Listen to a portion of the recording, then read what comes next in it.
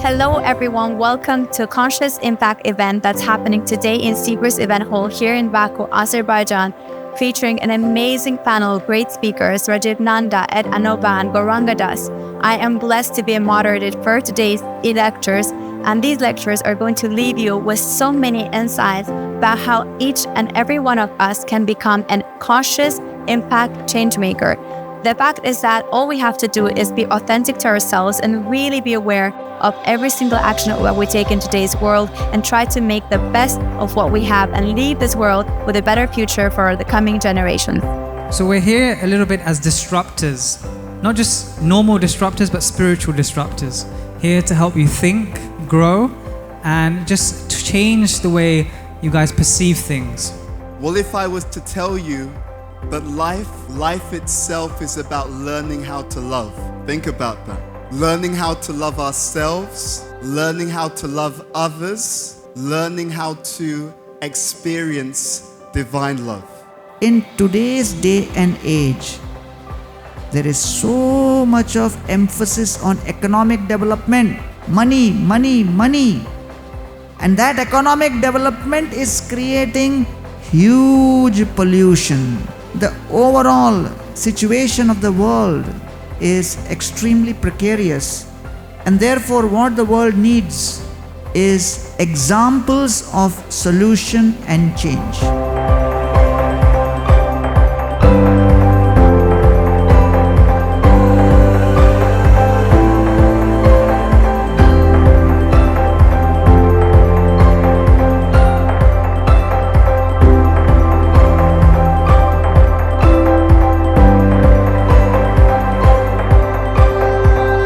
I think when we improve ourselves, we can help others and make a positive impact. This event shows how personal steps can bring a big change. For me, thoughts create the future. Person with a strong will and a healthy mindset will always get good results. So it's a great atmosphere and organization, so I'm glad to be here. We'll see what happens next. It's really good to be here and I didn't want to miss it. Thank you so much for being here. I'm Jamila Musaiva. I'll be the moderator for today's lecture. And I'm very honored to be on the stage with such esteemed guests that came all the way from different parts of the world to be today with you, sharing their knowledge on how we can be impactful change makers. So I would like to present in the order that I'm going to be sharing their bio. First, I would love to welcome to Azerbaijan, the very esteemed. Gauranga Das is a global spiritual leader, inspirational speaker, and social reformer who presents timeless Vedic wisdom in modern, practical ways.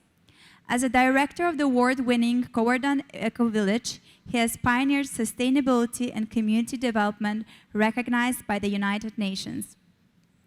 A faculty member at INM Nagpur and international voice at forums like the G20, he continues to inspire leaders and communities worldwide with his vision of spirituality, resilience, and sustainable living. Please give a round of applause to Gauranga Das.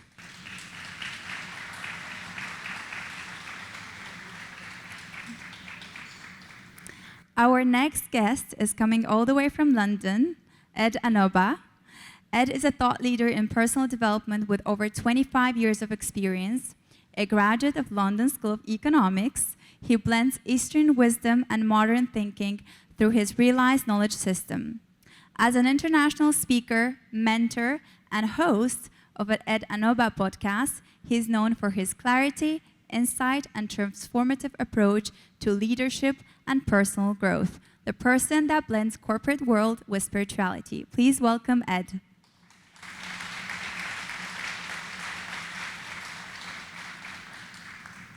And not last, our third speaker, a good friend of mine, Rajiv Nandha. Rajiv is a purpose-driven leader, executive coach, and a global speaker, co-founder and CEO of Thinking Ltd. With a background as a clinical pharmacist and a former NHS consultant, he has led nationally recognized well-being programs tackling burnout and resilience in healthcare. He designs award-winning educational projects, lectures internationally, and coaches leaders to foster values-led, resilient cultures. Blending Eastern philosophy with evidence-based practice, Rajiv drives personal and organizational transformation. Beyond his professional work, he leads Food for Life London, providing thousands of meals daily to underserved communities. Please welcome Rajiv.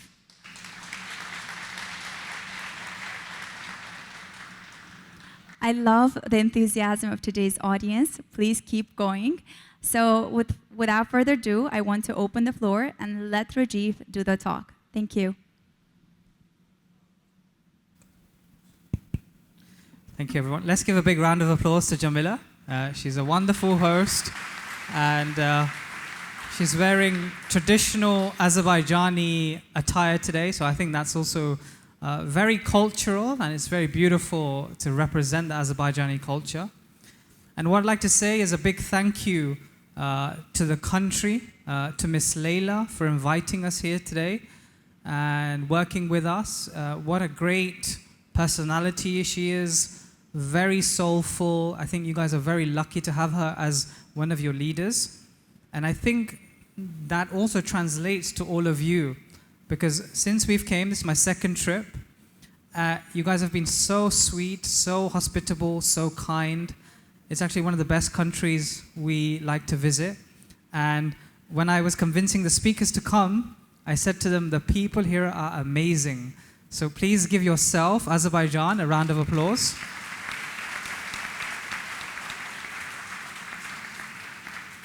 If there is one country that knows how to welcome guests, it's Azerbaijan. So I'm very, very happy to be here, and I'm very excited to be sharing this presentation with you today. Today, when we have spirituality, we talk about disruption, spiritual disruption. You see, many people across history came and changed the way society thinks, changed the way things are said or done normally. And there's disruption. Disruptions like Apple, Uber, we use Bolt here in Azerbaijan, change the way we do things. So we're here a little bit as disruptors, not just normal disruptors, but spiritual disruptors, here to help you think, grow, and just to change the way you guys perceive things. So with that in mind, I'm going to disrupt the flow and disrupt everyone here. I'm going to ask you guys a question, and it's a yes or no question. But what we're going to do is I'm going to ask you to move to either one side of the room. So you're going to have to get up off your chairs. I'm going to disrupt the whole room. I can see some people are really comfortable. I'm sorry. But we're going to do a bit of a disruption. I'm going to ask you a question, and whether your answer is yes or no, you're going to move to the side of the room, whichever your answer is. Is that okay? Everybody on board? Okay. So the question will appear in English, but also I'll translate it into Azerbaijani. Okay, this is the first question. So if your answer is yes, you move to this side of the room. If it's no, you move to this side. Would you post a very embarrassing photo of your friend if it meant that you get 1 million followers on Instagram? If your answer is yes, I want you to get up and move to this side of the room. If it's no, I want you to get up and move to this side of the room. Okay? Your time starts now. You can come to the front. Everybody can come to the front. That's okay. If your answer is yes, you would post for 1 million followers, please move to this side. Whoever wants the 1 million followers, embarrassing photo of your friend. Or those who are loyal to their friends, they're not going to post the embarrassing photo. They don't want the 1 million followers. Okay. Where are we moving? Okay, we're going to give it 10 more seconds. Quickly decide. Either this side of the room or this side. Okay, and those of okay. Can we have a roaming mic? Can we have a roaming mic? Do we have a mic person? Okay. I just want to get, okay, maybe one person from the audience on this side, just get your opinion. What made you, maybe the lady in the blue. Yeah. What made you choose, yes. I really thought I was the only one standing on this side, but why not? Yeah. Because it's going to be funny Yeah. and viral, you know. Okay, yeah, why I not? don't know. Why not? Why not, right? Okay, good, thank you. Okay, let's get one answer from this side. Okay. So thank you very much for this question. So I would never do it because even if it's fun, later that my friend would be confused. And actually myself also would be confused. Okay. Because besides physically, we Yeah. are also spiritual, people. So Yes. that's why money may come and go. We Yes. can earn a different way, but Okay. never by using our spirituality. Okay, Thank good. you very much. Okay. If you could erase one big mistake from your past, but it means that you lose the lesson that you learned from it, would you erase that mistake? Yes on this side, no on this side. Okay? You guys are okay? Oh, sorry. Yeah, this is in Azerbaijani. You could erase one mistake from your life, but it means that you would lose the lessons that you learned from it. Okay, and let's, are you guys 50-50 or are you guys trying to move in one direction? This way? You guys are this way, okay. You can come through, okay, good, good, good. Okay, let's hear somebody from this side first. Let's get somebody from this side. Okay, so one person, one volunteer. Would you like to share the reason for choosing? Thanks for your question. I consider life is consists of all experience. There's nothing else, good or bad. Okay. And I don't want to erase my experience. Amazing, amazing. Thank you. Let's give you a round of applause. Thank you for sharing. Let's get one more person from this side. One brave person would like to share. Why did you decide to erase the mistake? You guys are just confused. Mən Yes. yox, mən yer tapmışam. İş ondadır ki, mən düşündüm ki, hal-hazırda ola bilər ki, həmin zaman mən ayrı bir seçim edəcəm və düzgün seçim edəcəm və düzgün hərəkət edəcəm. Və ona görə də mən bu tərəfi seçdim.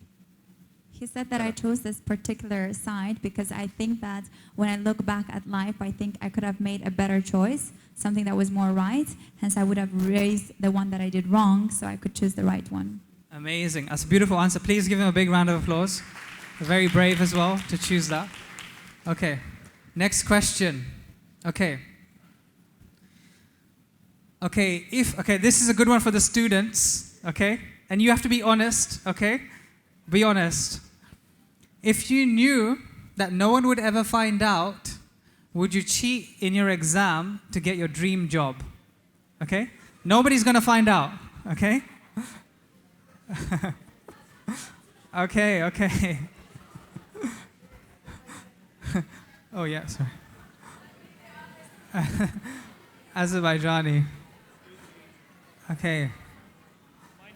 Amazing. Okay.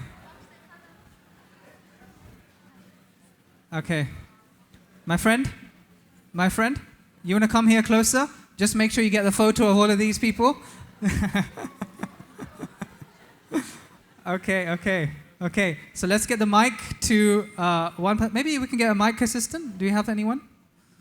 Somebody can be a mic runner. Yeah, I can. Yes. Hey, Aisha. So, I think why not? It's just one-time cheating, so it's okay to cheat to get the dream job. Yeah. I think like that. I love that. Give her a round of applause. Thank you. One time. No one's gonna find out. Okay. Good. And then we'll go for this side. Somebody can. I think mine. Okay. Salam. Əgər ədalətli şəkildə işə qəbul olmaq istəyiriksə və eyni zamanda bizim bu işə qəbul olduğumuz işə başqaları da qəbul olmaq istəyir. Və bu yüzden ədalətli olmaq lazımdır ki, bəlkə o daha çox çalışıb məndən, amma mən köçürdərək qəbul oluram o işə. Bu zaman dünyada olan ədalət qanunu tərəzi pozulur. Oh, that's a very good answer. Can I just ask everybody to make sure you're listening? Thank you for participating, but please make sure you're not talking, you're listening. Even at the back, she gave a very beautiful answer, but just so you can hear the translation. That so if I were to cheat and get the job that I'm getting, it will not be just. If we measure everything on a scale of justice, like if I cheat and I'm doing it unjustly, the balance of injustice is going to grow in the world. So maybe someone who is more qualified deserves this job more than I do. So she's all for justice. Wonderful. That was very nice. Let's give a big round of applause. Thank you, thank you, thank you. Okay, we have two more. Okay, here's a big dilemma. Okay, would you call the police on a bank robber who has taken money and donated it to an orphanage desperately in need of it? Okay, so somebody has robbed a bank and they are going to take the money, right? Would you call the police or would you not do anything? Okay, we are 50-50. Okay. No, he doesn't want to move. He disagrees. Okay. So, would you call the police on a bank robber? Okay, so we have got yes, call the police. No, we don't want to call the police. Okay. Okay, let's get the mic to somebody on this side. Where is the mic? Yeah? Somebody?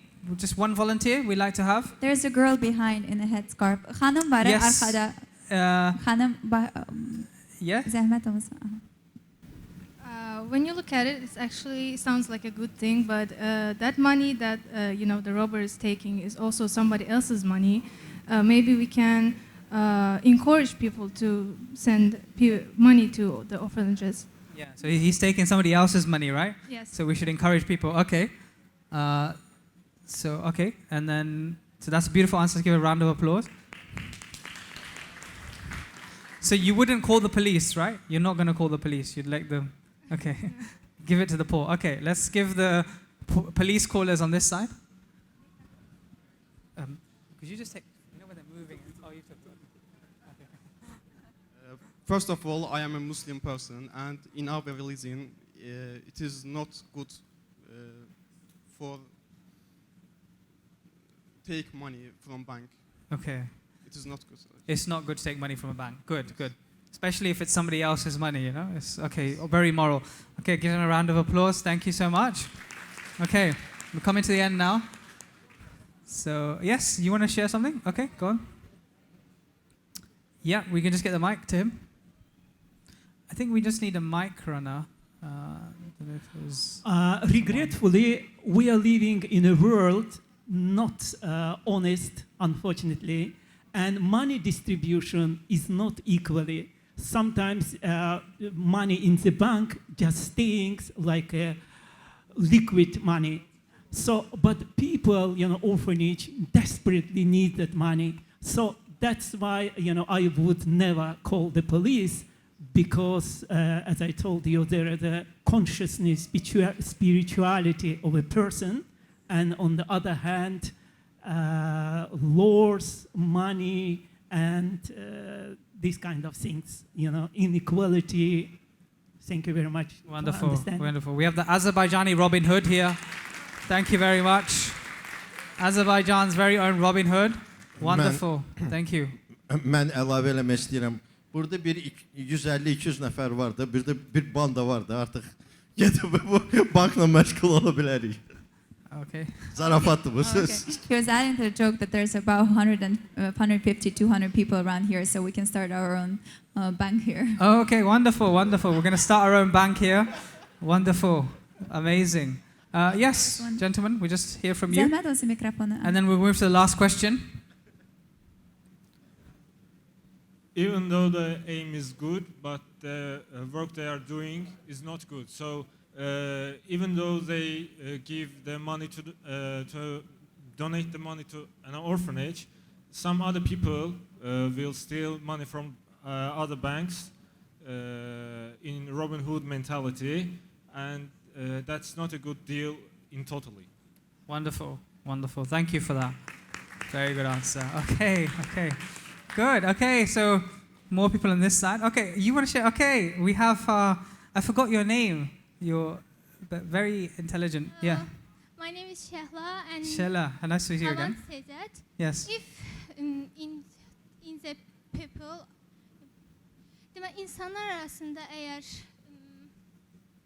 ehtiyacı varsa bir kəsin, deməli burada xalqın deməli problemi var ki, onlar ona kömək eləməyiblər və bu məcbur olub bunu eləməyə.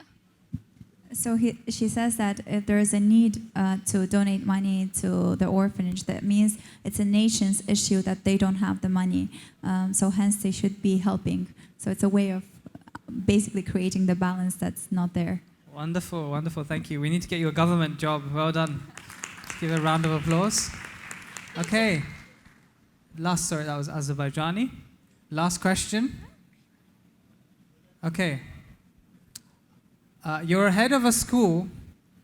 Would you choose? We have one head of school here, right? I don't know where she is. Yes, she used to be my head of school, Naila Hanım. Hey, Naila okay, Hanım, okay. where are We you? have a head here. Okay, you're a head of a school. Yes, please. Can you come to the center front, so we can please? see you? She's my director. Okay, so this is the question. Now you don't move because we want you to give the answer last. Would you choose AI tutors over real tutors if it guaranteed the children have the world's best university? No. Okay, so you don't answer yet. Okay, you guys decide which side. Azerbaijani. Okay. Guys, choose your side. AI tutors, it means AI tutors, you get the best university, the best job.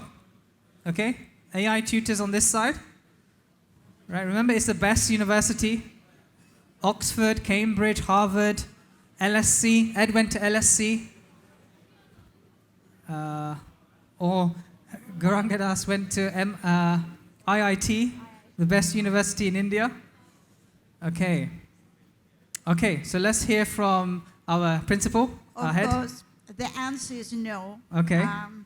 Because teaching, it's not only academics. It has to be passion in your heart to teach to young generation. Okay, okay. I believe in humanity. You believe in That's humanity. why. Okay, let's give a big round of applause. Okay. We have a few more. Somebody who hasn't spoken yet. Yeah, go on. Salam, hər birinizi salamlayıram. Mən müəlliməyə, həm də təlim-tərbiyə işləri ilə məşğulam. Mən belə deyərəm, bir 15 illik stajıma söykənib deyə bilərəm ki, real müəllim seçərəm. Çünki bütün tələbələrin həm maddi və mənəvi cəhətdən, həm onların keçirdiyi hiss və emosiyaları canlı hissələri edərəm. Onların kədərini, sevincini özümlə bölüşdürərəm. Onları həyata yaxşı yöndə kökləyərəm. Belə deyərəm, tədris elədiyim universitetdə onların kiçik bir ailə üzvü olaram. Nəinki süni intellekt. Fikrim bu qədərdir. That was a very beautiful answer, so kudos to her. So she's actually a teacher, and she not only teaches, but she says, I also work with their behavior and ethics. And as a teacher of 15 years of experience, for me, teaching life is very important because I not only teach them, I also impart their emotions, whether it be sadness, happiness. And in my teaching community, I create the sense of family, of community, of belongingness, which is something you can never get with AI. Wonderful. Such a beautiful answer. Thank you so much. I'm going to ask somebody from this side just to balance the pro AI. Yes? The pro AI team. Okay. How many of you use ChatGPT? Students, put your hand up. Okay. How many of you use ChatGPT to write your essays? Keep your hand right. Okay. Both hands. Both students put both hands up for they use ChatGPT to write their essays. Wonderful. Wonderful. So I'm surprised you guys are on this side. I'm surprised you're not on here. ChatGPT is doing everything for you. Okay. Yes. Yes, I will choose AI teachers rather than real teachers because sometimes real teachers can hurt students' feelings, and students lose their motivation to study. But if real AI teachers teach them best, I'll choose them. Wonderful. That's a great perspective. Thank you so much. Okay, we have so many hands up. We have to get through to the questions. We'll take... I'm sorry, we're short on time. Maybe we take one more just because there's so many hands up. Somebody who hasn't spoken? Somebody who hasn't spoken? Okay, he's very enthusiastic. Let's get him the mic. Can you just come to the front? He's a super enthusiastic boy.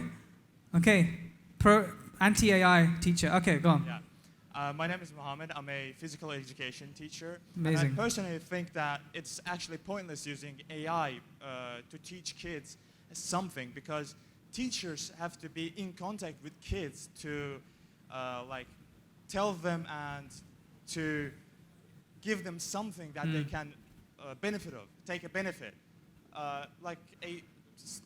Let's take an example from physical education. You cannot use AI teachers in physical education because the teacher himself have to be the model for the kids. For the kids to look at the teacher and say that I want to become like him, I want to become like an athlete, I want to become a professional volleyball player.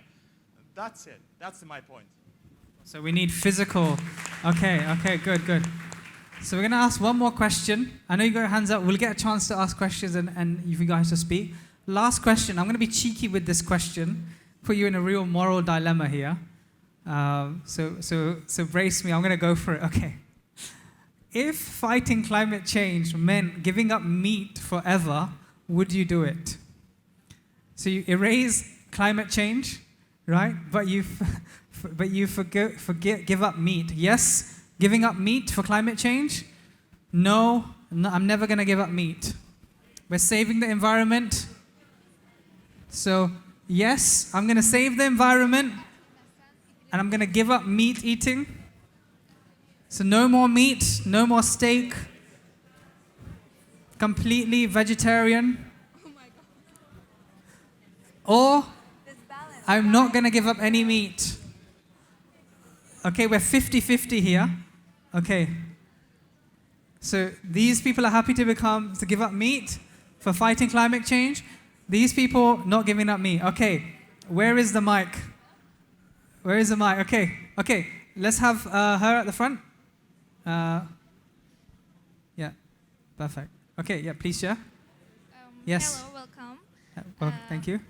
I'm Khadija, and I think... Can we just listen, please? Yeah. And I think we try to live and not to die.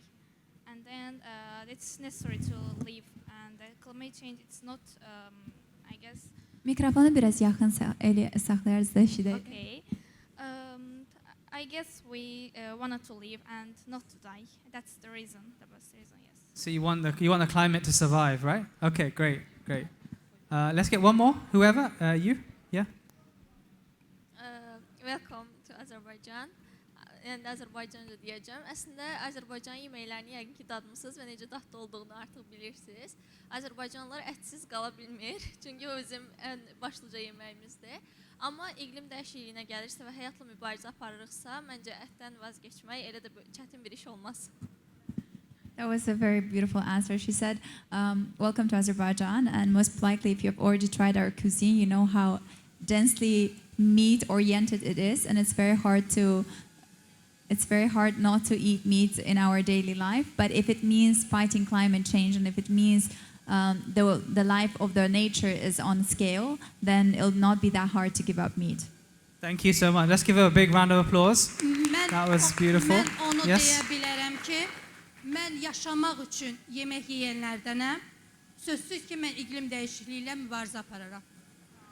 That's also a beautiful answer. She said, I'm someone who eats to live, not lives to eat. Hence, it will not be hard for me to give up meat. Wonderful. Thank you so much for sharing. That's a beautiful answer. Let's get somebody from this side. Okay, very quickly, yeah.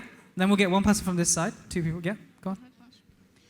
Məncə iqlim dəyişikliyi bizim dünyanın ən böyük problemlərindən biridir və bütün dünyanı qurtarmaq üçün sadəcə bəzi zövqləri fəda eləmək məncə olar. Çünki yəni bu daha çox filmlərdə olduğu kimi, hani yaxşı insanlar dünya üçün özünü fəda eləyir, pis insanlar özü üçün dünyanı fəda eləyir falan kimi olur. Məncə özümüz ət yeməsək dünya dağılmaz. Amma iqlim dəyişikliyi dünyanı dağıdar. Ona görə də yes deyərdim. Wonderful. That's also a very nice answer. She said that so the climate change might destroy the world, whereas not eating meat is not going to change, it's not going to destroy you. So you can still live without eating meat. Hence, I would give up eating meat to Wonderful. save the planet. Thank you. Let's give her a big round of applause to her. Okay, pro meat, we have you. Yes, I think you. Yeah, yeah. Please. Sorry. Əgər təqdim olunan həll yolu birbaşa məsələni kökündən həll edə biləcəksə, onsuz da iqlim dəyişikliyi ilə bağlı mübarizə aparandan sonra əldə etdiyimiz nəticə yenidən bizim ət yeməyimizə şərait yaradar. Amma sizin sualı irəli sürdüyünüz ideya odur ki, ümumiyyətlə bir daha ət yeməmək. Yəni bu həll yolundan daha çox keçişdirici bir şeyə oxşuyur. Bundan əlavə olaraq fikrimin davamını istəyirəm ki, bəy davam etdirsin. I'll translate the first part. So he says, you meant like not eating meat forever, but if we stop eating meat and the climate change kind of goes back to being good, then we can resume eating meat. So it's not forever. Wonderful perspective. Okay, yep, you? Yeah, very quickly. And then we will...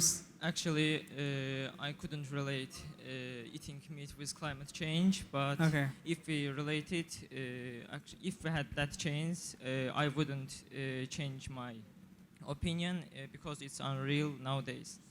Okay, so we have unreal climate change. Okay, good. Thank you so much. Let's give a round of applause. Okay, we'll have to stop there so we can carry on with the presentation.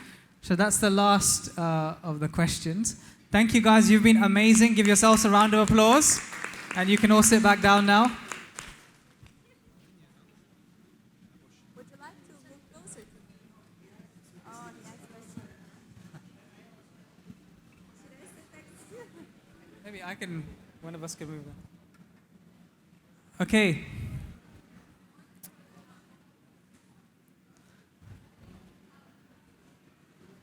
Now I feel a distance between everyone, so...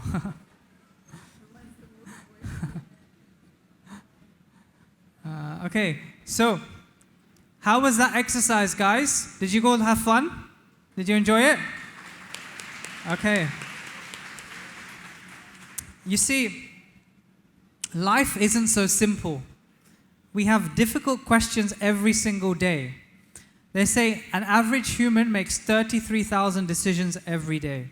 I don't know how they worked that out, but somehow they've worked out 33,000 decisions every single day we make. See, spiritual wisdom, the wisdom we're going to share, the wisdom you understand, it's not about giving you the direct answers to these questions. Spiritual wisdom doesn't tell you who to marry. It doesn't tell you what job to have.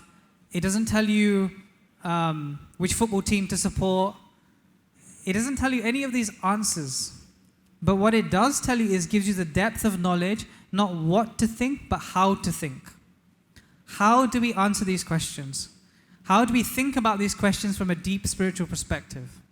It gives you the vision and foresight. So therefore, ladies and gentlemen, I'd just like to leave you with a thought. How do we make our decisions in life? How do we know our moral compass? And if we want to have that vision and foresight, we have to take the time in learning and understanding spiritual knowledge, which connects us with our true self. And our true self becomes the compass of giving us the answers to all the different dilemmas and questions that we have. Thank you so much. I'd like to pass over to our expert speakers now, who will give us some wisdom and foresight into our session and find out how we can really go more deeper into spiritual knowledge. Thank you very much. Give Rajiv another round of applause, please. It's really interesting. Thank you. So I want to begin by saying it's a real pleasure to be here with our esteemed speakers, our esteemed host, and all of you. So my name is Ed Anobah. I know they introduced me at the beginning, and we wanted to run through some ideas on this theme that we're discussing, this idea of conscious impact. My question to all of you is, how many of you would like to leave the world a better place than it was when you came here? Raise your hands. Okay, the majority of us. And this is what conscious impact is all about. It is about what we do that makes a difference in the world. Every day we have an opportunity to make a difference. And to make a difference even as we are speaking, we need to understand how we learn. My mentor told me once, he said, this world, this entire life is a school of love. Think about that. We go into education and we learn mathematics, we learn languages, we learn so many topics. Well, if I was to tell you that life itself is about learning how to love. Think about that. Learning how to love ourselves, learning how to love others, learning how to experience divine love. And as we go through today's session, I want to draw your attention to this last idea, that the best way to learn anything is to share what we learn with others on this journey that we call life.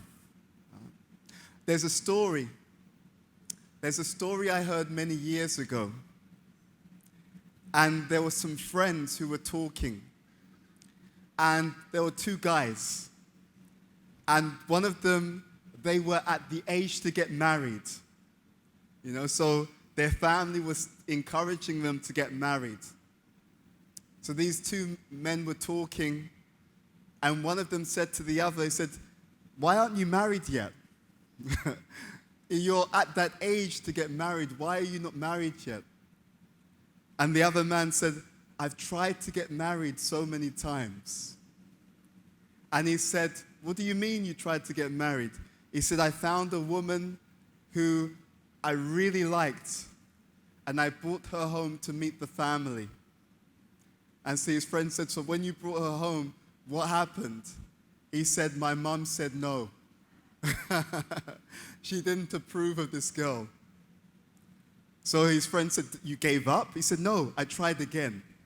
I found another lovely lady who I really liked, and I brought her home to meet the family." So his friend said, "So what happened?" He said, "Again, my mom said no, I don't approve." So his friend said, "What you need to do is find a girl who's just like your mom and bring her home to meet the family." And the guy said, "I tried that." And his friend said, "So what happened?" He said, "I found a girl who was just like my mom, and I brought her home to meet the family." And his friend said, "So what happened?" He said, "My dad said no."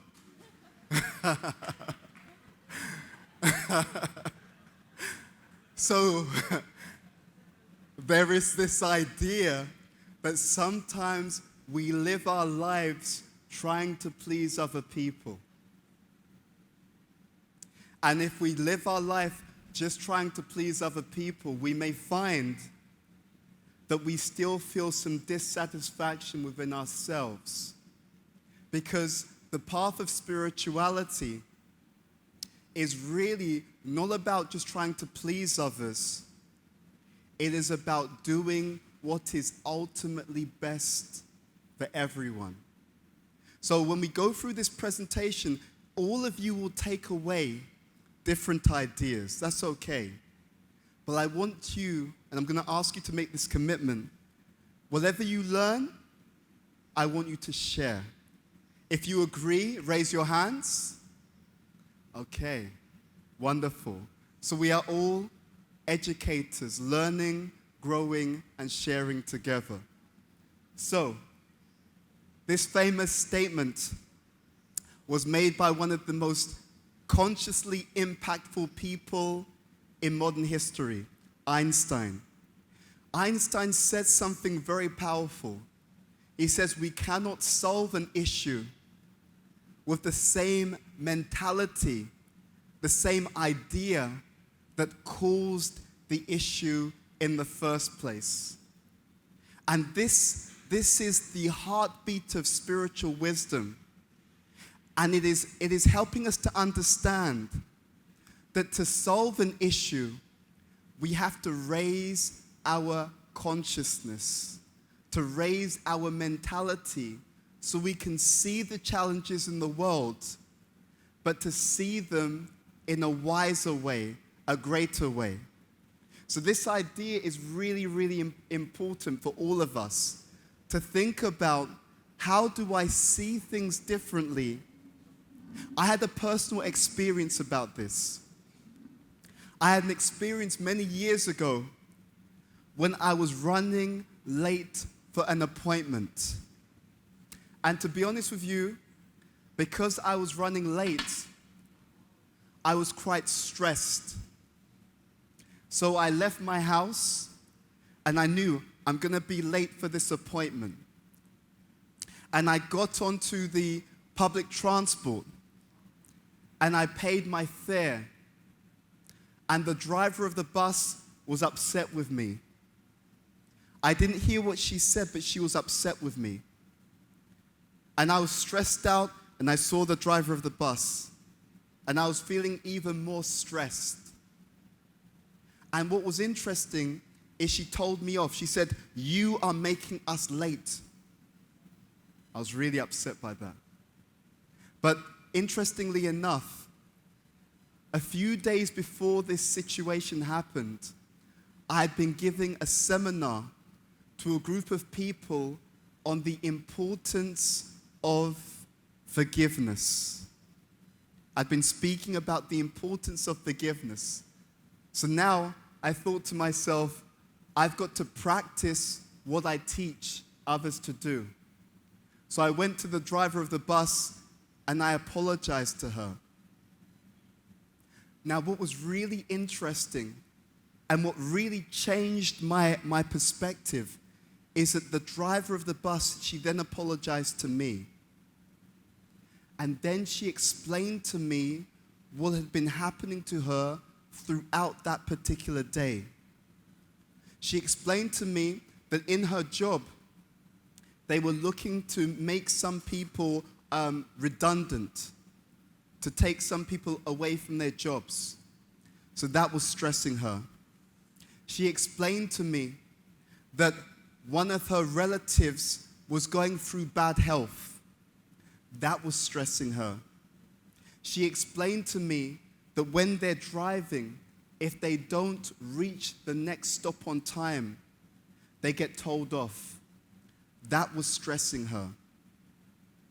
By the time I got off the bus, I wasn't upset with the driver at all, because I understood what she was going through on a day-to-day basis, and I understood that it wasn't personal. Have you ever had that experience? That sometimes people are dealing with us in a certain way, and we may take it personally, but when we change our mentality, we understand it's not personal. We understand that what they're dealing with is their own story, their own narrative, that it's affecting them. Think about that. The power of changing the way that we see things is a very powerful lesson for me. And this is really what we are talking about when we speak about spirituality. We speak about the importance of transforming and raising our perspective to see life, to see relationships, to see each other in a deeper, more compassionate, and more empathetic way. And this is really how spirituality can help us to find some of the real solutions to the problems that we see in the world today. Gauranga will give an example of a wonderful project that also helps us to see spirituality in practice. And this is all coming from ancient wisdom, what we call Sanatana Dharma and Dharma. Ancient teachings from ancient texts, such as the Bhagavad Gita and other literatures, which can empower us with this wisdom. I want to give us this clue. When I was younger, I loved music. Who here likes music? Raise your hands. Okay. And I loved boy bands, right? So, you have many different boy bands in the world. Anyone into One Direction? Anyone? Okay. Yes. So there are many boy bands in the world. But think about this idea of compatibility. Think about what would happen if you take a fish out of water and you make it part of a boy band, right? They're going to be very successful, have many, many records. The fish would still be unhappy because it's out of its natural situation. Can anyone relate to that? Have you ever felt out of your natural situation? Raise your hand if you've ever had that experience. Okay. So the Vedic or the ancient Eastern teachings is saying that life is all about us being in our natural situation. And that's where we can really blossom.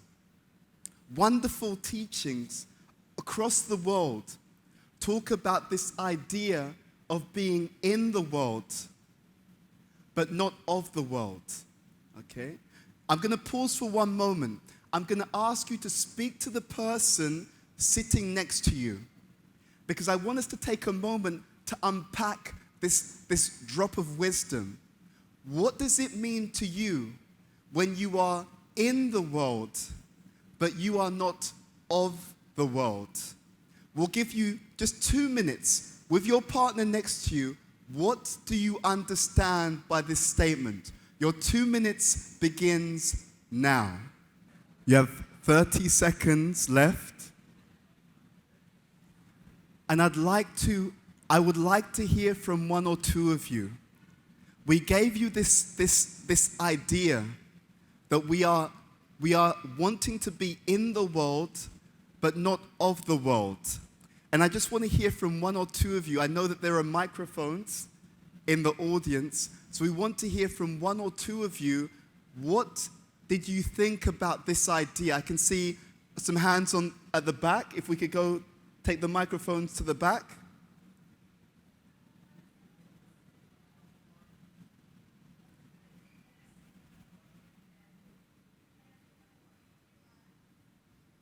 Okay, so we saw some hands on this side. Okay. This side, yes, thank you. We'll just hear from one or two of you. This idea of being in the world but not of the world. What did you understand? Salam. Məncə dünyada milyonlarla insanlar var. Dünyada milyonlarla insanlar var. Bir nəfər nə qədər çabalasa da tam dünyanı düzəldə bilməz. Amma bir var, ətrafdakılara müsbət təsir göstərəsən, bir də var mənfi təsir göstərəsən. Amma ətrafdakılarla yaxşı ünsiyyətdə olmağa çalışsa, dünya daha yaxşı yönə gedər məncə. Okay, thank you so much. Çok sağ olun güzel cevabınıza göre. She said, the truth is, one person can, no matter how much he or she tries, cannot fully change the world. But if we just think about the immediate community, the impact that we have on them, if we do just one little good deed to our own community, we can impact our own community. And that, as a whole, can change the world. Thank you. That's very beautiful. Give her a round of applause. Thank you. We'll have one more person on this side. Yeah, on this side? Yep. Okay, so if you could take the microphone. There's a person with... Oh, okay, sorry. Okay, actually, we'll stay on this side. And you already have the microphone. No problem. Yes. Mən onu düşünürəm ki, ilkin olaraq dünyada hər kəs öncəliklə empatiya hissinə malik olmalıdır. Hər kəs bir-birini anlayışlı şəkildə başa düşərək yaşamalıdır Və dünyanın əsri olmamaq nə deməkdir? Yəni hər kəs öz yolunu getməlidir, öz yolunu bilməlidir ki, bu gün nəyi istəyir və necə addımlayacaq. Başqalarına baxıb onlara çalışmaq yox da, başqalarından yaxşı tövsiyələr alaraq yoluna davam etməlidir deyə düşünürəm. Çok sağ olun cevabınıza göre. She said that basically every one of us have to treat each other with kindness. We have to have this humanitarian side to us where we try to do the best to each other. And she said in that journey of living and trying to be helpful and nice and kind to each other, we have to follow our own path, not the one that is in comparing to others or trying to, compete with each other or not live authentically, but rather follow our own path and in that process be nice to each other. Thank you. Give her a round of applause. Thank you. What you said very much touched me because it helped me to really think about this idea of knowing ourselves and knowing our particular path. It's such a beautiful truth that we can understand as we dive into deeper wisdom. So this is very, very important. One of my favorite books is the Bhagavad Gita. And it speaks of exactly this idea, that it is better to follow our own path, to do what we are meant to do, than to try to imitate other people. And when we follow the path that we are meant to follow, it helps to light up the world. Have you seen this when you meet someone who's very talented, and when you see them perform, sing, or dance, their talent becomes a contribution that helps all of us to grow. Think about that point. And this is why we want to go deeper. We want to encourage you to go deeper, to think about, who am I? I have a physical body. I have a mind. But we want to encourage you to think deeper. Who am I? We want to encourage you to commit to your own growth. How do I become a better person? How do I share? How do I give?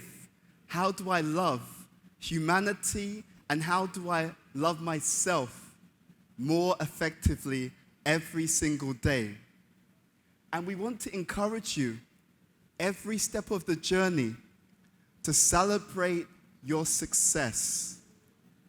Celebrate your success and the success of those who are around you. This entire world, this world requires your love. This world requires spirituality and the inspiration to be a better person each and every day. So, I'm going to leave you with this thought. Every single day in our lives, we have an opportunity to grow. Every single day in our lives, we have an opportunity to give. And every single day of our lives, we have an opportunity to practice gratitude. And all of these will help us to be the very best version of ourselves. Thank you very much for your time. Thank you.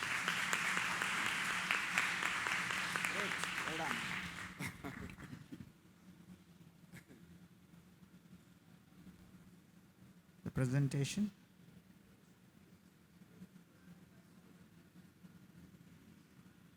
Thank you very much. All of you are doing okay? So, first of all, hearted gratitude to the Azerbaijani people for welcoming us, and especially to Ms. Leila Aliyev for inviting us as special guests for the 3 days, and we are overwhelmed.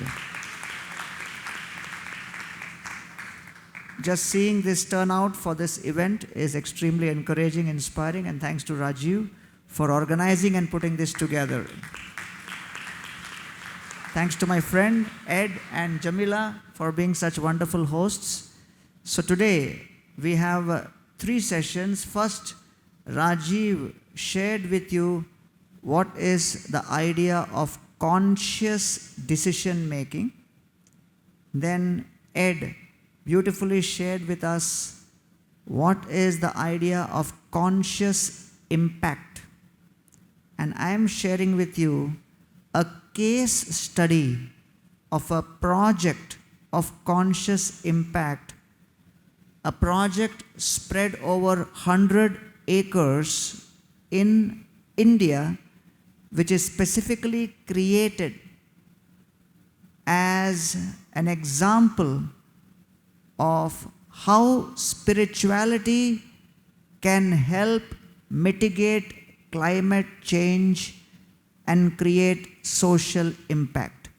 So the project is called Spirituality, Sustainability and Social Impact, S3 Impact. Do you get that?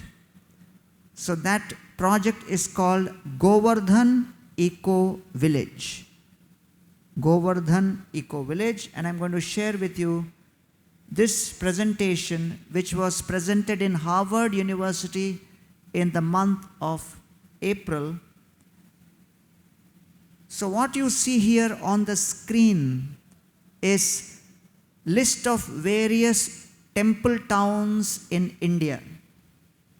Vaishno Devi, Kurukshetra, Pushkar, Ujjain, Pandharpur, Hampi. Most of you may not have heard of these names, but together these temples have a footfall of 20 million people every single day. They come to visit these temples, and therefore temples act as pollinators for social impact and sustainability. These temple towns are spread across India, and they act as the hub for social good. They act as the hub for progress. They bring people together to actually create and inspire change. They become the hub for knowledge and training.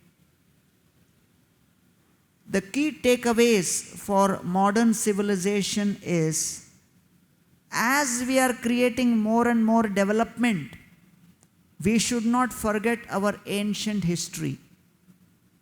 As we become more and more focused on economic development, we should not forget the places for spiritual inspiration, because they are the places which create transformation within our heart.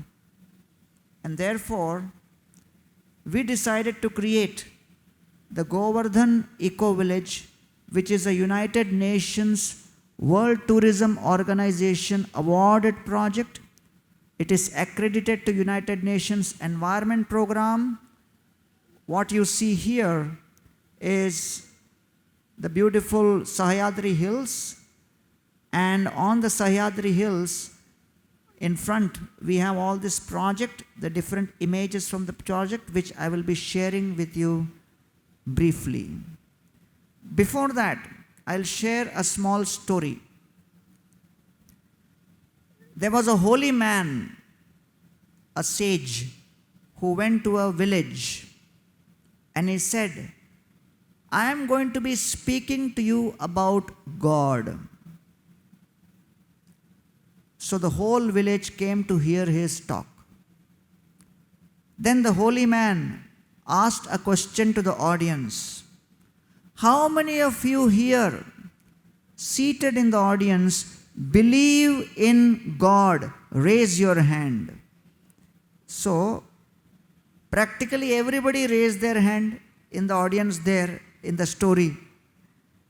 So the holy man said, oh, I came here to convince all of you to believe in God, but you are already believing in God. So what is the point of me coming and speaking? I am going away. He walked away. So the villagers were bewildered. They said, hey, he was supposed to tell us about God. Call him again.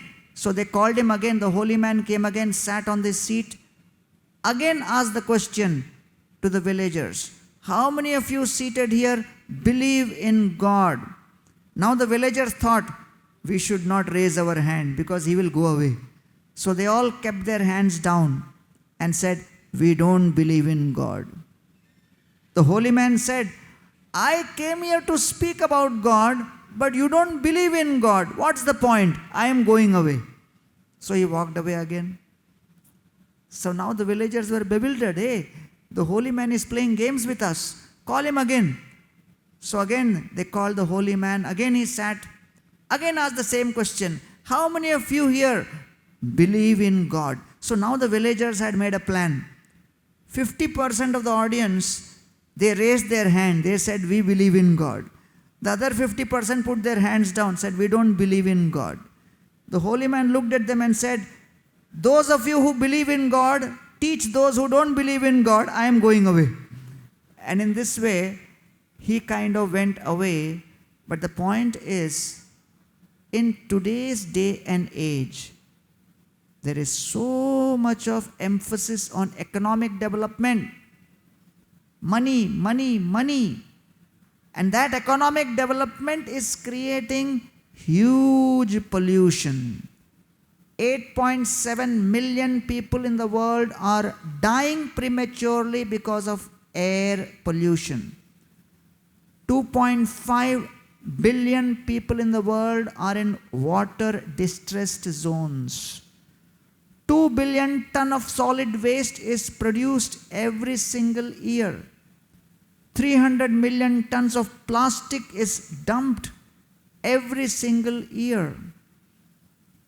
The overall situation of the world is extremely precarious, and therefore what the world needs is examples of solution and change. And I heard from Rajiv that Honorable Miss Leila Aliyev is a big supporter of climate change mitigation, a big advocate of sustainability, and through her leadership, the COP29 was hosted here in Azerbaijan at Baku, and that was a great achievement for all of you. And therefore I thought I will share with you what is a small example of solution to climate change which we have tried to showcase at Govardhan Eco Village, which is a district in Palghar, which is in Maharashtra. So as you see here, that last year we had a footfall of 1 million people at the Eco Village. And I quote from Srila Prabhupada, the founder of the Hare Krishna movement, that the conscious cooperation between men, God and nature can bring about peace and prosperity in the world. And therefore these are the three elements we are discussing: spirituality, sustainability, and social impact. The S3 impact. Spirituality means harmony of the self with the divine. Sustainability means harmony of the self with nature. Social impact means harmony of the self with the community. So all this put together creates the S3 impact. All the 17 sustainable development goals we are implementing at the Eco Village and accredited to all of these. So you see these images of spirituality, of how we are transforming people's hearts by helping them connect with the Supreme.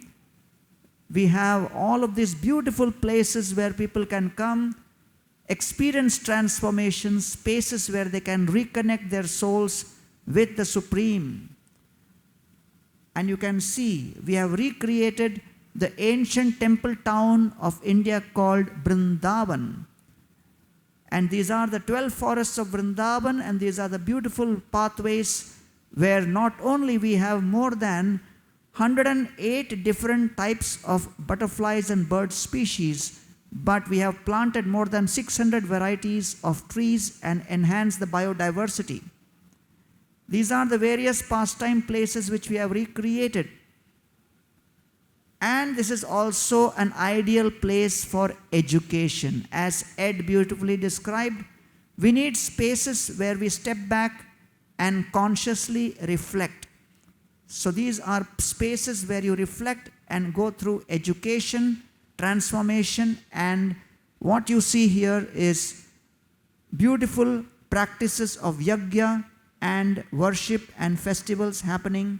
I quote the New York Times best-selling author Radhanath Swami, who says, to unite the body with nature, that is Hatha Yoga, to create unity with the mind and body, that is Pranayam, to create unity with the mind and soul, that is Jnana, and to create unity between soul and God, that is Bhakti, that is the complete yoga system.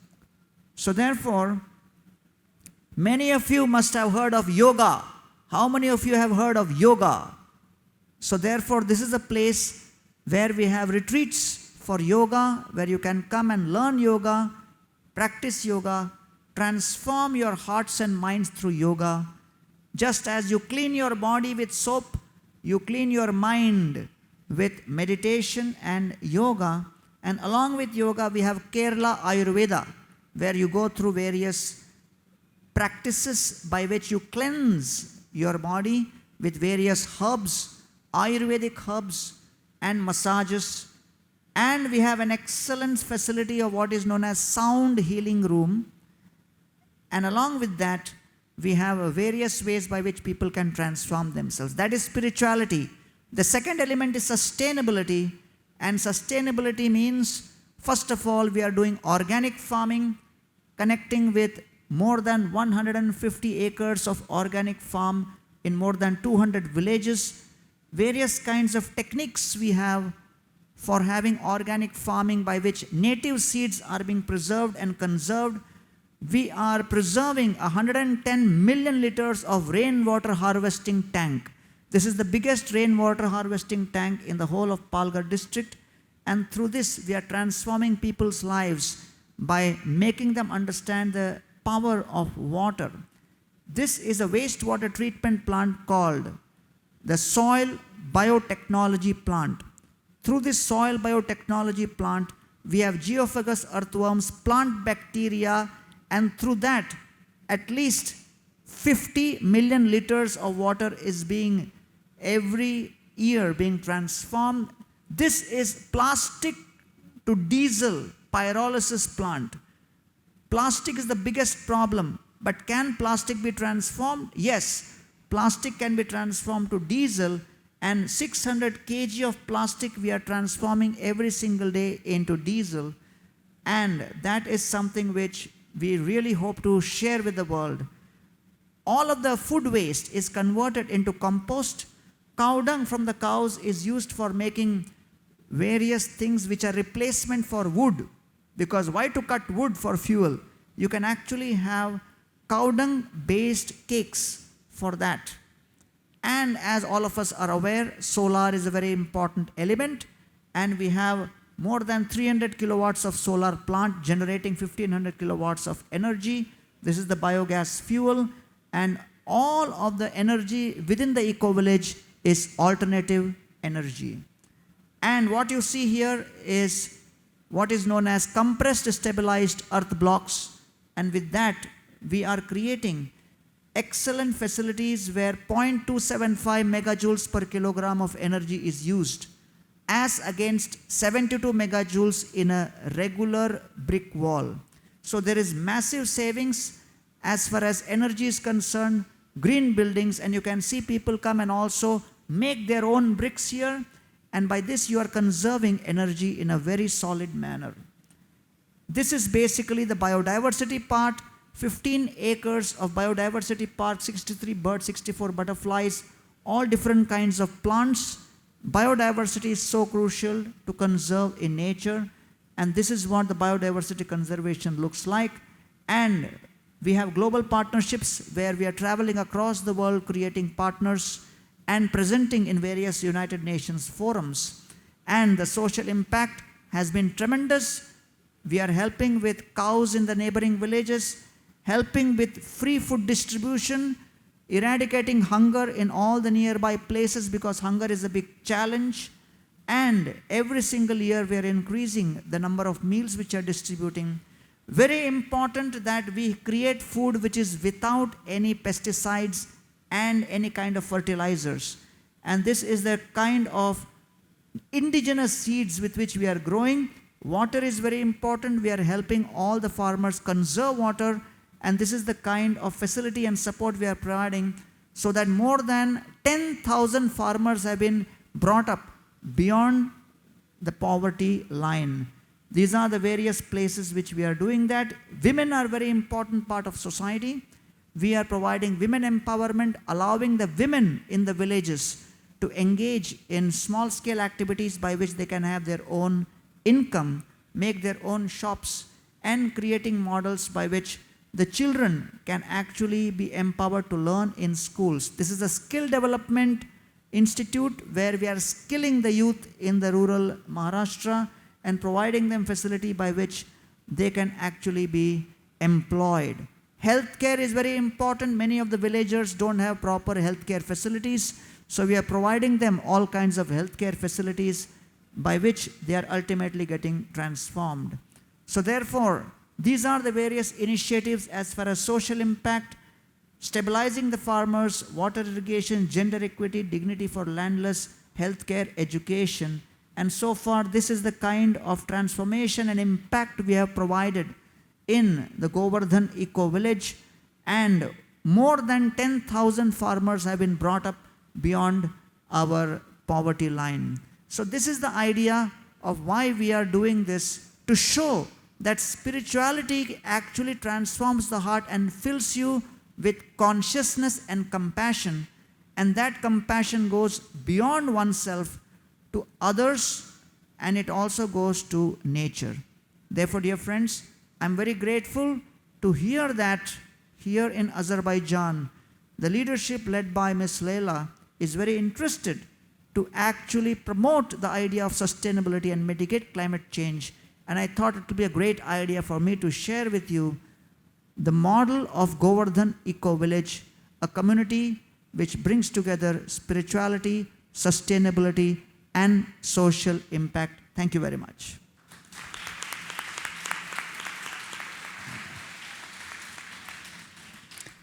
Thank you so much for each and every one of you for your beautiful, beautiful lecture. So first of all, I would like to thank Rajiv for doing this beautiful exercise with the audience, because my personal takeaway from that was the questions you asked had so much gray area. There was a lot that could be said yes and no, and a lot of in between. And I think this goes to prove that everything in life can be very subjective depending on your perspective on things in life, and how there's a lot of gray matter, and we have to act with kindness and understandings toward each other, that not everything can be divided into yes or no, good or bad. So have this compassion towards each other to understand that we're all human and we're all capable of mistakes and fallacies, but yet forgiveness is something that we have to practice on a daily basis. Touching upon what Ed said about forgiveness and how you have to practice it daily, but I also really loved, Ed, how you pointed out on the importance of the impact that every single one of us can have on each other, on our communities. You think you're only one person, you can't change the world, but as a matter of fact, even you, as a little person, as small as you are, can have an impact on someone else, and that as a spiral effect will take on each other, and as a community, we can become better. So don't go away thinking, I can't change the world. Maybe you can't change the entire world, but you can change your own little world that you live in, your family, your unit, your class, your school, your university, and so on and so forth. And in that process, make sure that you stay authentic and true to your path, even though the society and social media tells you to do things that others are doing, but don't forget about who you are and who you truly want to become, and never lose the sight of spirituality and self-awareness in the process. And to wrap it out with Gauranga Das' beautiful lecture about the Govardhan village, I just wanted to go there, and I hope that I'm getting invited soon. But I think this village is a great embodiment to the fact that you think as a little community, as a small village, you can't impact much. But if you see the numbers, the impact that they have on women, on feeding the people in need, on microfinancing, on nature, on sustainable development, you see how a small village just like that can have a tremendous impact on a community. This goes to prove everything that they've said throughout today's lecture, that every single act matters.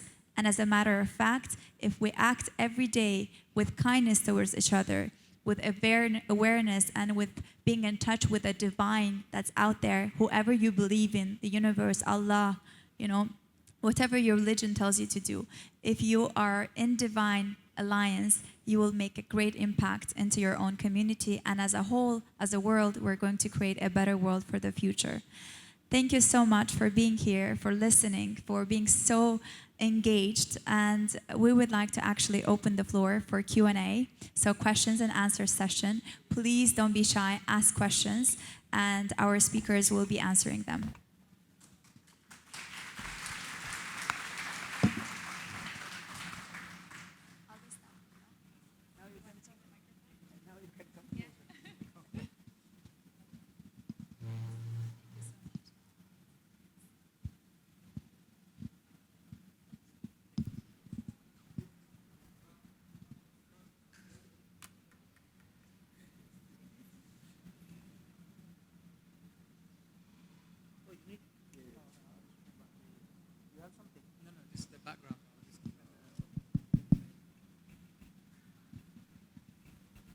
Any questions? You can raise your hand and the mic will come.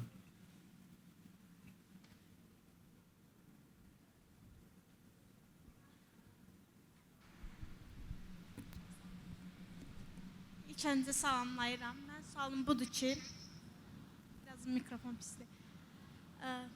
Texnologiyadan bu qədər heyecanlandım. Texnologiyadan bu qədər asılı olduğumuz halda mənəvi inkişafı necə balanslaya bilərik? Birinci sözünüz necə oldu, eşitmədim. Texnologiyadan bu qədər asılı olaraq, aha. Bir də mikrofonu yaxın tutardınız. Mənəvi necə ola bilərik? Mənəvi inkişafımızı necə balanslaya bilərik? Okay. So the question was, given that we are so technologically developing and we're all in technology, how can we be still attuned to our spiritual and ethical part of ourselves with the development? The two, how do they go in hand? So how can we connect with spirituality? Given the technological development that's happening, we're all engaged in technology. How can we still be very much ethical and very much morally developed, like the behavioral part of it? Okay, so how spiritual, I guess, is what she's saying. How do we become moral and ethical with so much technical development? Yeah, see, right now we're living in a society where technology is taking over. AI is taking all over our lives. Most of the students said that AI writes their essays, and everybody put not just one hand up, but two hands up. And unfortunately, there's a big pandemic with technology, with people getting addicted to social media. How many of you feel you're addicted to social media? Just please raise your hands. Honestly. How many of you are scrolling on Instagram, sometimes mindlessly? Okay. You see, technology is a neutral substance. It's neither good or bad. It's actually how we use that technology is what makes it good or bad. How we get addicted to that technology is what makes it good or bad. An interesting fact is technology is actually designed to make you addictive. It's actually designed in that way. So constantly we are moving in a direction where we're constantly being addicted and drawn in. I don't know how it is here in Baku. I haven't been to a coffee shop just once. But when you go to London and you stand in a coffee shop, everybody's standing like this. Okay? So you look around, and when you walk on Oxford Street, who's here been to London? Just raise your hands, some of you. Okay, you guys can come. Let us know when you come. When you walk on Oxford Street, everybody's walking like this. So we've lost human interaction. We've lost human connection. And we've lost even the space to be bored and to think. So I'd like to say to everyone that technology is actually designed to make you addictive, but we have to fight that. We have to try and become conscious. We have to try and make that change where we stop ourselves. So one practical thing I tried very recently, and I give all of you a suggestion to try it, is I stopped sleeping with the phone in my room. So I put my mobile phone in a different room, and I have an old school alarm. And that helps you sleep better and makes you less addictive to your phone. So like that, you have to think of ways of how can you try and change your connection to technology and not be used by technology, but use technology. So that's how I would say I hope that answers your question. Yeah.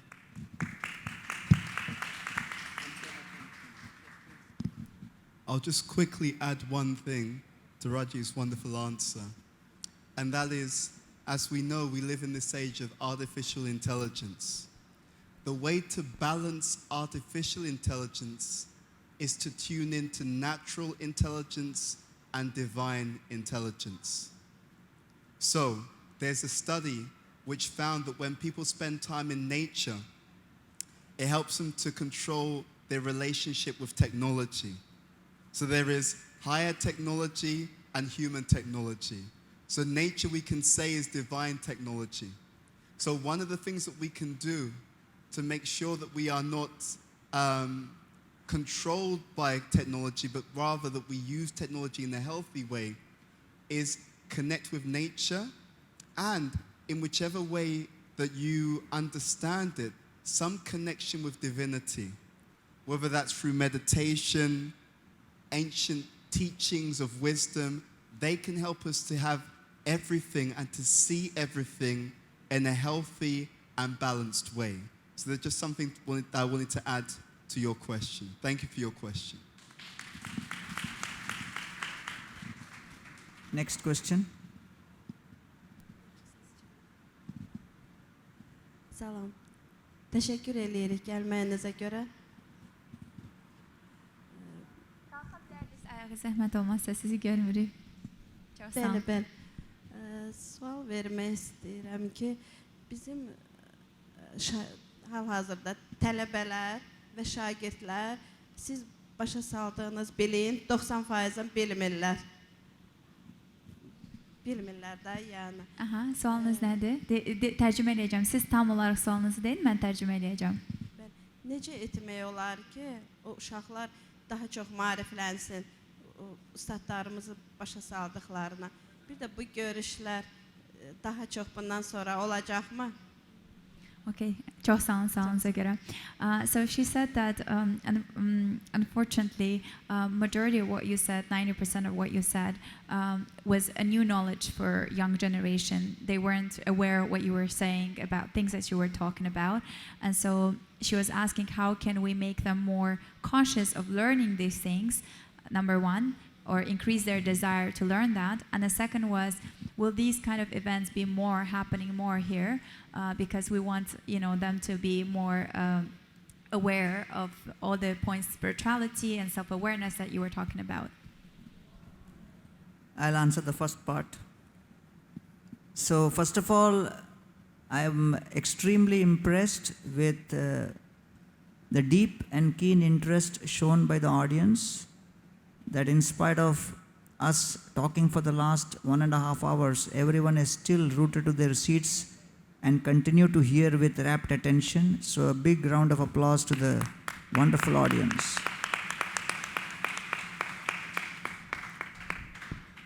Secondly, before we end, after we finish, anybody wants to come and meet us, talk to us, take photos or whatever, we are available.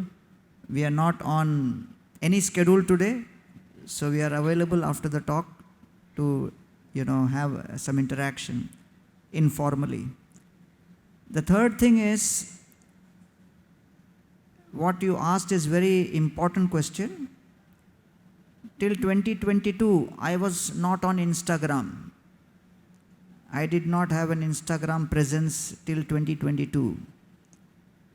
But everybody told me, if you want to communicate to the youth, you have to be on Instagram. So then I started making videos in 2022 to connect with the youth. And initially I asked how many minutes content I should make. 15 minutes, 20 minutes, they said 50 seconds, 40 seconds. We call it reels. I couldn't believe it. I said, how can I speak in 30, 40, 50 seconds? But that's what I started to do.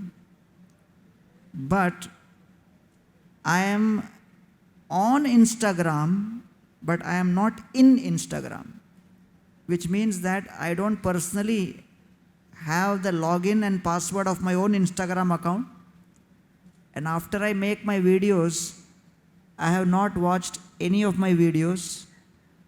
And I have more than 180 videos, 180 reels, which have more than 1 million views, but I have not watched any of it. So therefore,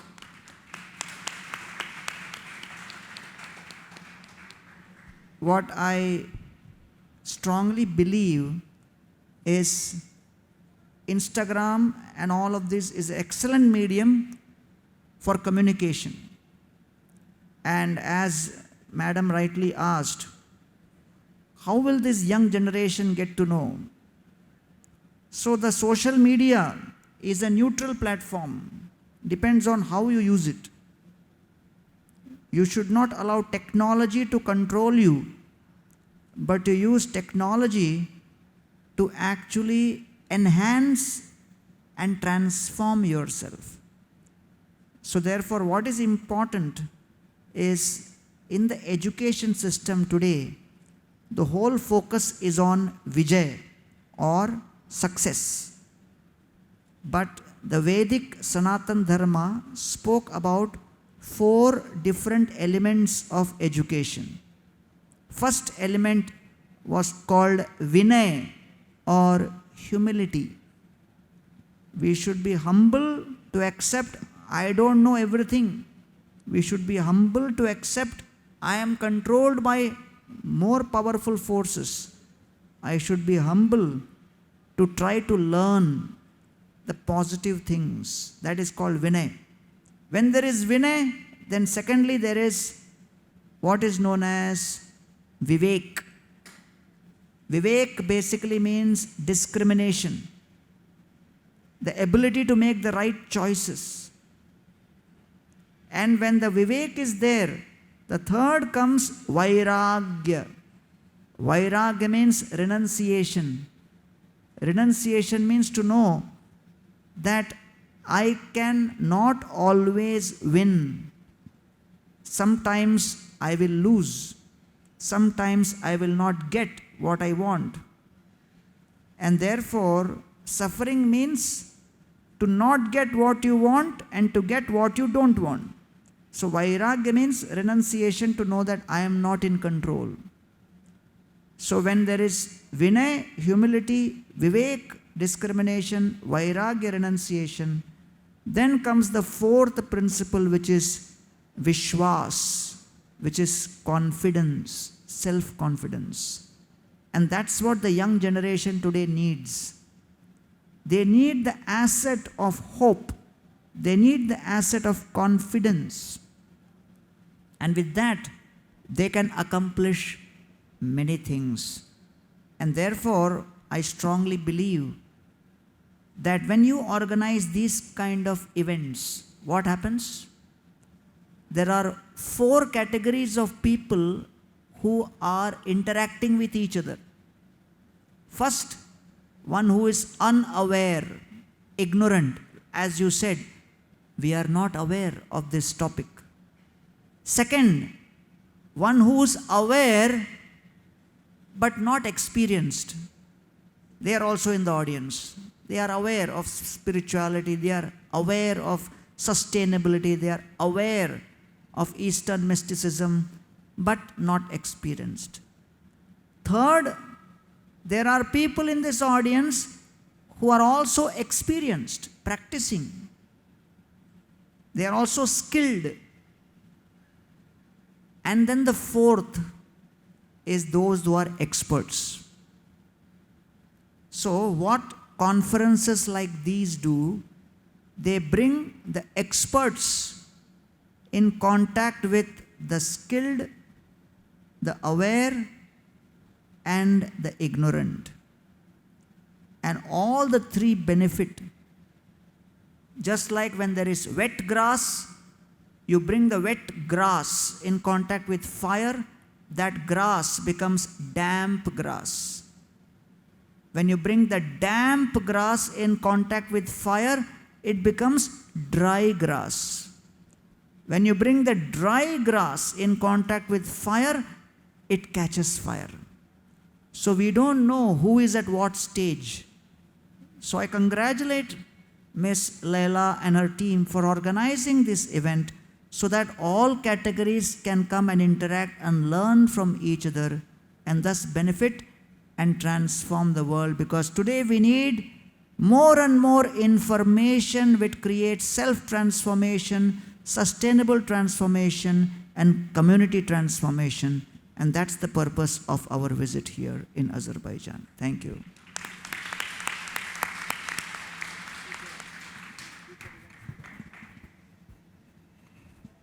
That was a beautiful answer. Thank you, Gauranga Das. And just adding on a very small point is we're here to share, we're here to give, and we're so happy that the country is so receptive. And we're working on a project in the education system about how we can bring spirituality in schools. Can I just have the two ladies at the front? Could you just please stand up and show yourselves? We have Nanda Rani and Naila. Can you just please stand up? Give a round of applause. Just show yourselves to the audience. So these two amazing souls. Laila is the head of Oxbridge Academy, and she is very compassionate and passionate about bringing spirituality into schools. So she's championing this project along with 4 other schools. And then we have our head of education, our project lead, Nandarani, who is heading up spiritual education into the schools. So their idea is really to bring about conscious spirituality at a young age, because kids are already very spiritual. Kids already have that knowledge in them. But what happens is society changes them. The technology changes them. Over time, they lose their essence. They lose their spirituality. So therefore, we have to protect and nurture that. And like Gauranga Das said, it's not about just external success. Real success is about internal. So the 4 points he mentioned, that's what we have to instill in our children: the confidence, the detachment. So hopefully we can bring this into all of the schools, and that's the plan. And hopefully we can keep coming and sharing. There's also an event we're doing on Wednesday. Me and Jamila will be talking about spirituality and etiquette. And hopefully we'll continue this relationship and we can impart that knowledge. And Gauranga Das is so humble. He said he didn't have his login for his Instagram. He only started 2022. Sorry, 2022. He currently has 2.3 million followers on Instagram.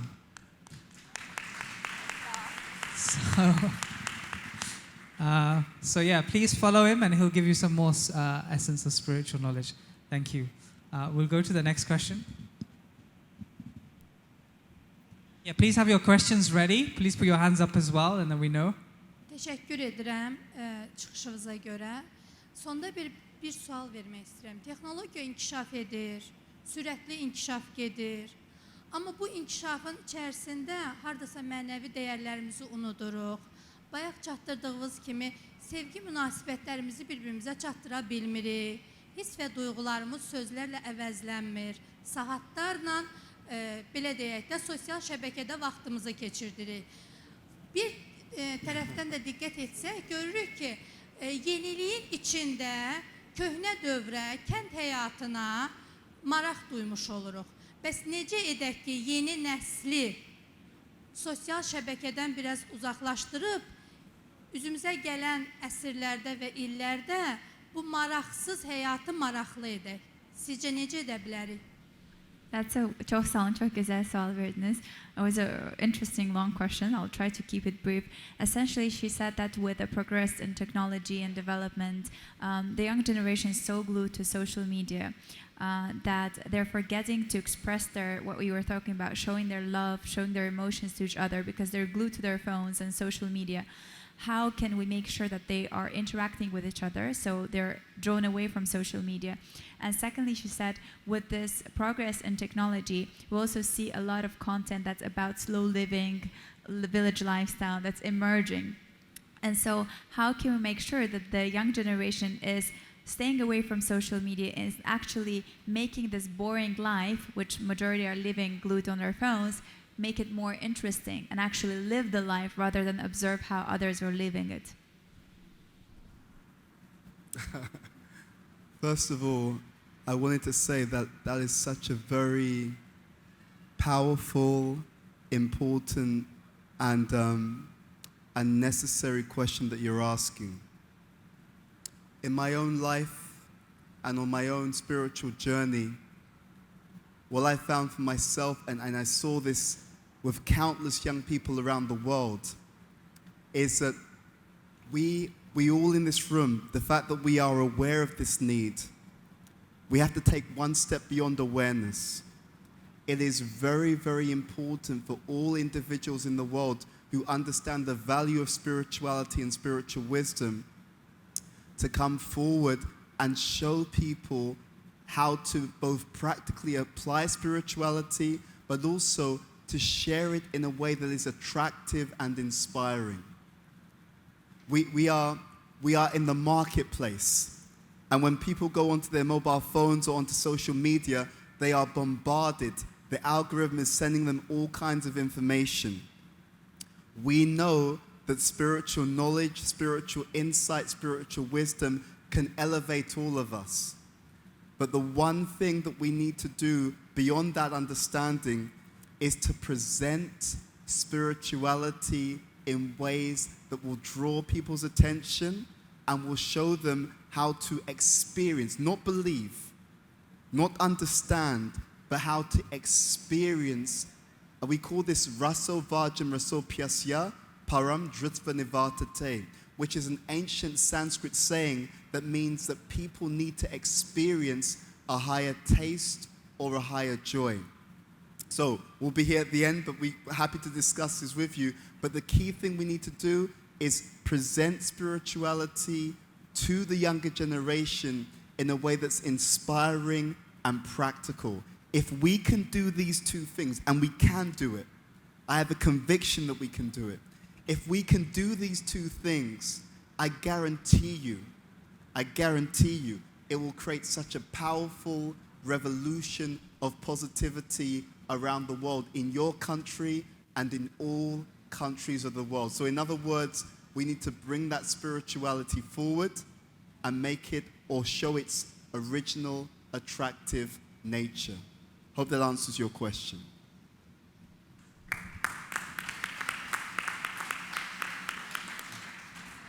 And I'll just add to his point, to make it practical and relevant, maybe we can do a group meditation for 5 minutes at the end. How does that sound to everyone? Put your hand up if you're happy with that. Yeah? Group meditation? Okay, mostly everyone. Okay. And to make it practical and relevant also, you can follow us on Instagram and watch our Instagram. I think we had a hand up there. Zahmet olsun mikrofonu o üçüncü sırada. Sunny, you have a microphone. Can you give it to the girl here on the third row? So Sunny, what you can do, I'll take 3 questions together, so that more people we cover. Okay, yeah. So you can give to 3 people, one by one. We'll take 3 questions and answer all of it together. So we have more participation. How we can differ religion and spiritualism, because I think we have similar, I don't know, ideas or practices. How we can differ two of them, because I think that every religion has spiritualism in it. So how we can differ them? Different, how to synergize. Yeah, okay. Next. I got it. Next question and next question. 3 in 1. My question is quite short. So, as we know, there are different ways to raise our consciousness. I would like to know what are the ways. I know just meditation, yoga, and how, what else we can do to raise it. Great question. Thank you. One more. One more question? Okay, we have here the girl in the right in the front, front row. Front row, Sunny.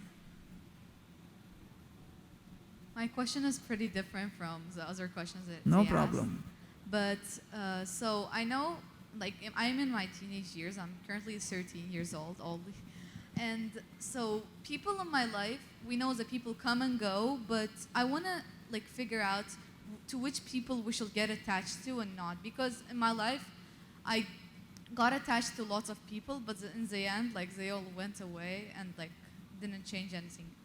Thank you so much. So I'll integrate all the three questions. Whom we should get attached to in our life. Then there was a question on what should be our priorities with respect to increasing our consciousness. And the first question was on spirituality and religion. All three have one answer. And I'll share that with you. A computer scientist is dealing with increasing efficiency of computer programming. A hospitality professional is helping you make your travel experience better. A doctor helps you relieve the pain of your body. An entertainer, actor, is helping you relieve the pain of your boredom. So different professions are engaged in different activities by providing solutions. So, what is the market segment in which spirituality and religion is? We are focused and prioritized on purifying intentions. All of us have 4 levels of intentions. Lowest level of intention is fear. I do something because I am afraid. What will people say? How will people react? The second level of intention above that is out of desire or passion. I want to do it. The third level of intention is out of sense of duty. It is my duty to do that. Therefore, I do it. It is painful, but I have to do it. It is my duty. Fourth and the highest level of intention is acting out of love, which means selfless service. Love means 4 things. In every relationship, there are 4 problems. In every relationship, there is scarcity, impediment, discomfort, unhappiness. In every relationship, there is scarcity, impediment, discomfort, unhappiness. Still the relationship continues. That is called love, selfless service. So therefore, all of us are acting every single day out of these 4 levels of intention. And today there are 31% Christians, 23% Muslims, 15% Hindus, 8.5% Buddhists, and others across the world. Millions of mosques, churches, synagogues, temples. What are they all trying to do? Purify the intention. To raise the intention from selfishness to selflessness. To raise the intention from fear to desire, to duty, to love. And the way they do it, that is different in different traditions. Just like when you have physical disease, sometimes you take allopathy, sometimes you take homeopathy medicine, sometimes you take naturopathy medicine. But the goal is same, to relieve the body of pain. Similarly, all spiritual religious traditions and those involved in raising consciousness, they are all working towards one goal, how to relieve the mind of the pain due to lust, anger, greed, pride, envy, illusion. All of this cause pain in the mind. $1 trillion of expense the world goes through because of mental health challenges today. And therefore, responding to what Madam asked, in the traditions of Bhagavad Gita or all traditions, there are 4 levels at which you can thus offer your life. Commitment to purpose is called offering your action for a higher cause. Second, being calm in receiving wisdom is what is offering yourself to knowledge.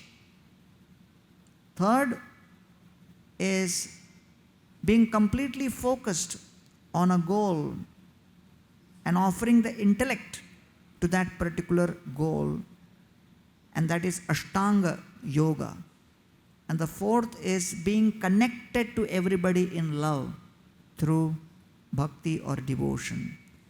So you could offer either your body and actions, your mind and emotions, your intellect, or your very soul in the process of reconnecting with the Supreme. And thus, all of these things can be harmonized. And that's the idea. We are here to help you raise the level of your intention from wherever you may be today. Can you raise your intention to the higher and higher bar? That's the idea of our association. Thank you. And that's a great answer. Thank you so much, Gauranga Das. I just wanted you to slightly touch upon her question about detaching or not taking relationship attachment seriously. Would you like to talk a little bit, answer her question? Yeah, so therefore you should attach yourself to those people who help you elevate your intention and not those people who drag down your intention. And so we suggest the ABCD formula. A for associate with those who help you elevate your consciousness. A. B. Read books, study books which help you elevate your consciousness. C. Engage in some contemplative practice every day. Connect with the divine, and Rajiv will now lead you in some kind of, contemplation practice. D is diet. Control your diet in a way which is very, very light on the body and the mind and the soul. So this is the ABCD formula for elevating your consciousness. Okay. Thank you so much. Thank you, Gauranga Das. That was amazing. Thank you. Do we have time for more questions, or should we do meditation? Meditation? Or picture, or then meditation? So can we get a hand of votes? Would you like to do a group, so photo first and then meditation? No. First meditation. First meditation? Okay. I thought maybe people are going to be tired after, or like really in this state of mind, not for pictures. Them up. Because once the photo session begins, everything will disperse. No, we'll not let. Okay, we'll go as you say. Okay, so who's tried meditation before? Just raise your hands. And who's doing it for the first time? Raise your hands. First timers, raise your hands. Okay, good. Okay. So, do a 5-minute meditation. It's very simple, very easy. So the first thing I recommend is sit nice and straight, so your posture is nice and upright. How you would sit as an etiquette professional, you can sit like that. Okay, and then your back's nice and straight. And then, firstly, I would say, close your eyes. I don't know if we can dim the lights. Maybe that is possible or not. Biraz biraz ışıqları söndürə bilərik bu meditasiya Just to sessiyası üçün. Biraz slightly- ışıqları söndürə bilərik. Bu Okay, and then now we're going to do first 3 breaths. So we're going to do some breathing. Breathing helps bring oxygen to the brain and clears our mind. So if there's even one thing you learn, you can just learn how to breathe. So we take a deep breath in through the nose, and we'll hold for 5 seconds, and then we'll breathe out through the mouth. So take a deep breath in, and hold, and let go. And again, deep breath in through the nose. And hold. And let go. Last one, big deep breath in through the nose. And hold. And let go.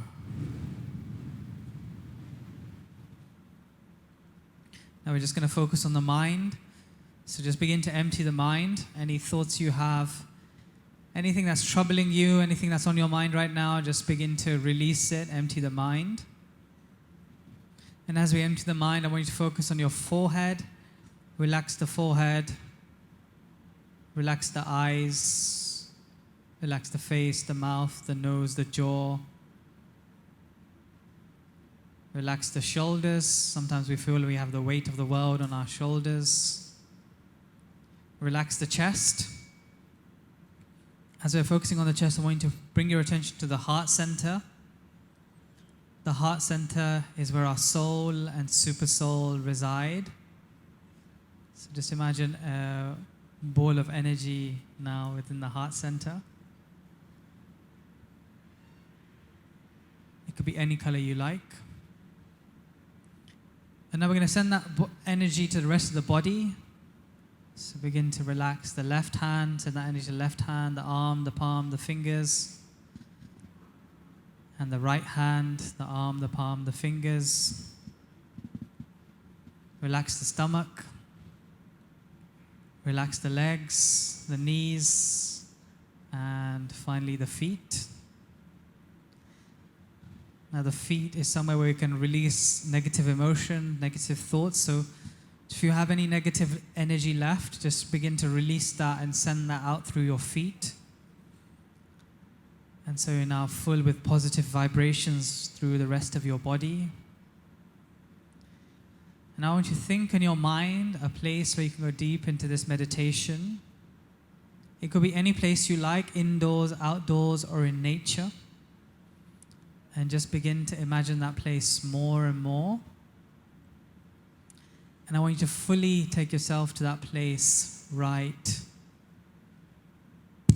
now. What do you see around you? What sounds can you hear? What can you touch? What can you feel? And just take this moment to feel gratitude. What is it in your life you're really grateful for? What is giving you internal happiness? So just feel that gratitude within the heart. Wherever you are, take that moment to feel grateful.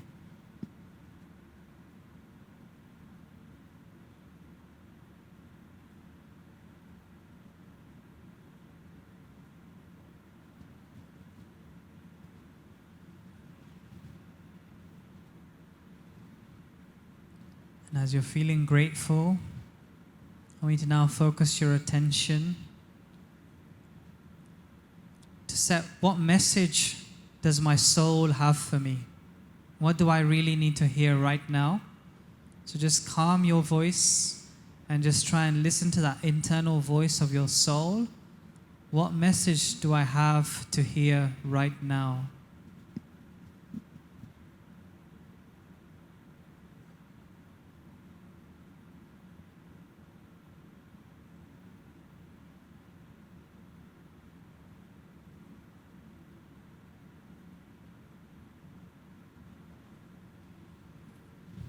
Finally, I want you to now set an intention for your next life, for your next days, what intention do you want to set for yourself? Whatever spiritual intention you have after this session or within your heart, what intention are you hearing for your soul?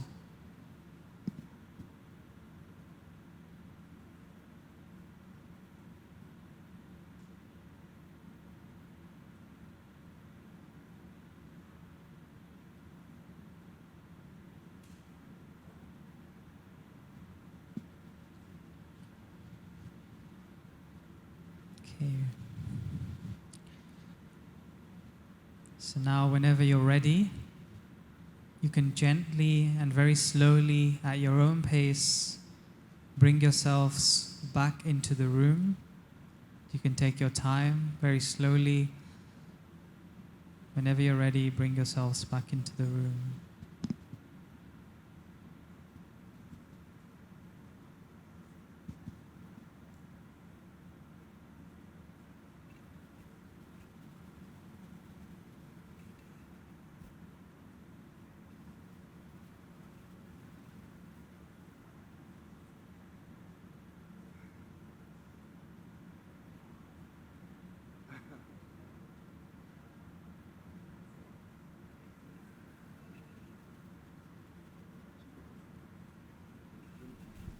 Sorry, I think I fell asleep. Okay, thank you so much. Thank you, everyone. Is everyone awake? Yeah? Can we put the lights back on? Yeah, Whenever you're ready. Yeah. So you can take that practice with you, very small meditation, and just feel yourself at peace. Now the lights are going to come up, so it's going to be a bit bright, but I'll hand over to Julia. Thank you so much for this meditation. I always feel sleepy afterwards, but it was I will amazing. offer gifts to her and to that person on the stage. The gifts I will offer, your gift and the Leila's secretary, I will offer here on the stage now. Okay, so Gauranga Das has two gifts for us. So he has a gift for Miss Leila, who so generously supports all these beautiful ideas on spirituality and sustainable development. And I think we have to give a round of applause. She's not here with us today, but she is amazing. And the fact that she brings amazing speakers to this country to educate our youth. So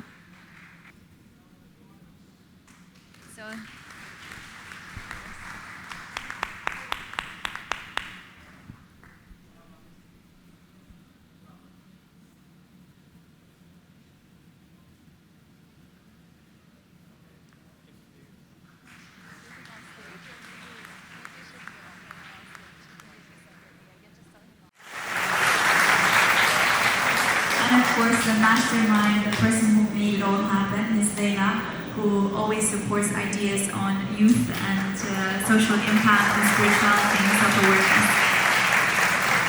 And can we get a round of applause for our beautiful, amazing, kind host, Jamila? And we also would like to announce that Rajiv and I are going to hold another session on spirituality and etiquette.